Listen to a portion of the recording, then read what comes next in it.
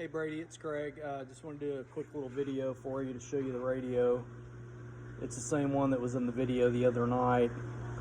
Overall, it's in really good shape. I do have a dust cover to go over where the programming cable connects, so I'll put that on there for you. It's got a belt clip on it. That's a stubby antenna. I do have this longer antenna also that will be with it. And that antenna is actually brand new out of the package. So, but anyway, let me power it on real quick for you. I put your first initial and your last name in there. Hopefully you can see it.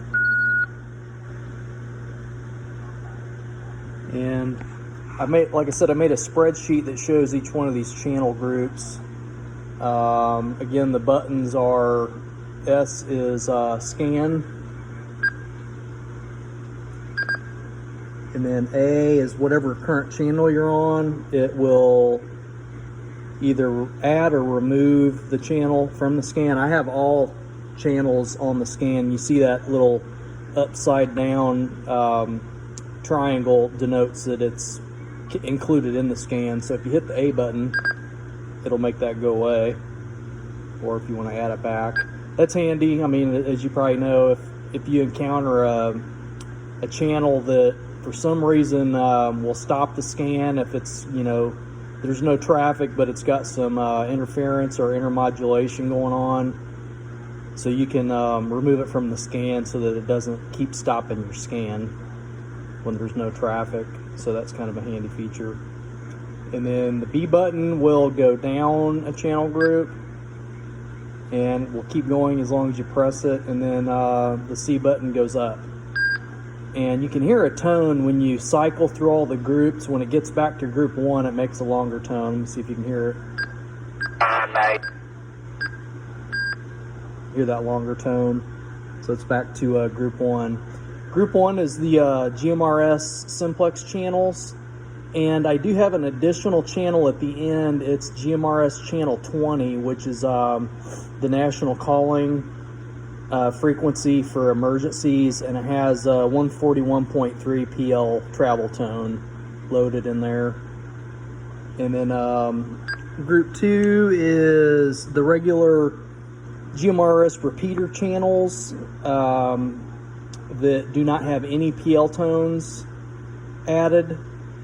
You can put them in there using that OST, the operator selectable tone function that I put in there for you. So if you're traveling somewhere and you look up a certain repeater and it's repeater channel 15, let's say, whatever frequency that is, and it has a certain PL tone, you could use that OST function. I put like 16 different OSTs and PL tones in there, so you should be able to find one that works.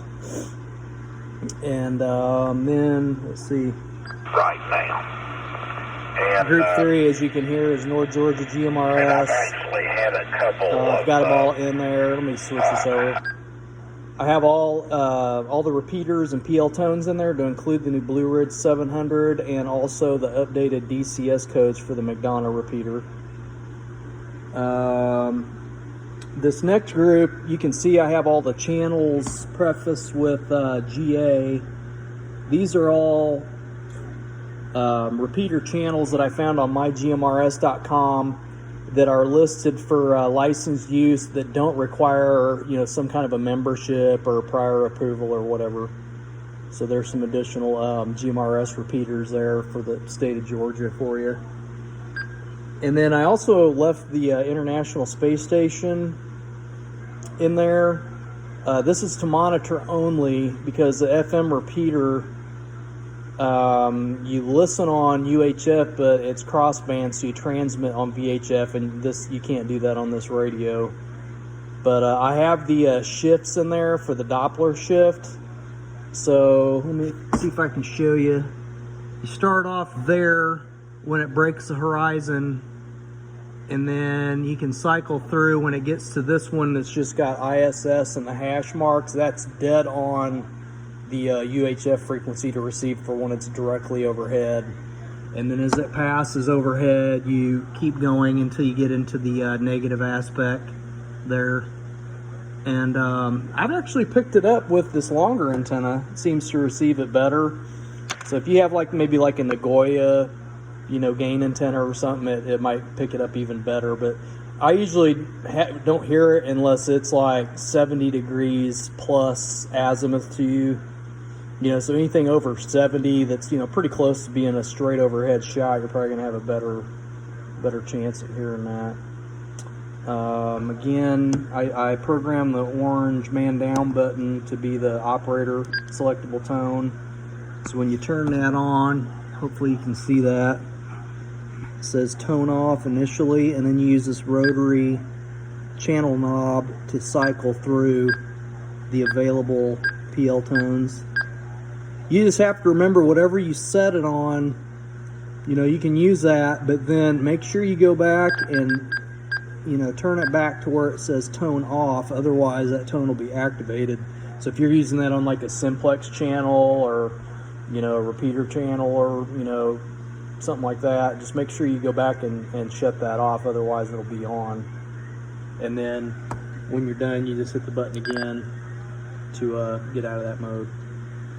So anyway, I'll go ahead and I've tested this battery before and it went pretty much most of the day with some use and a lot of monitoring. So it's a decent battery. So I'll go ahead and run it for a while and see what I get out of it.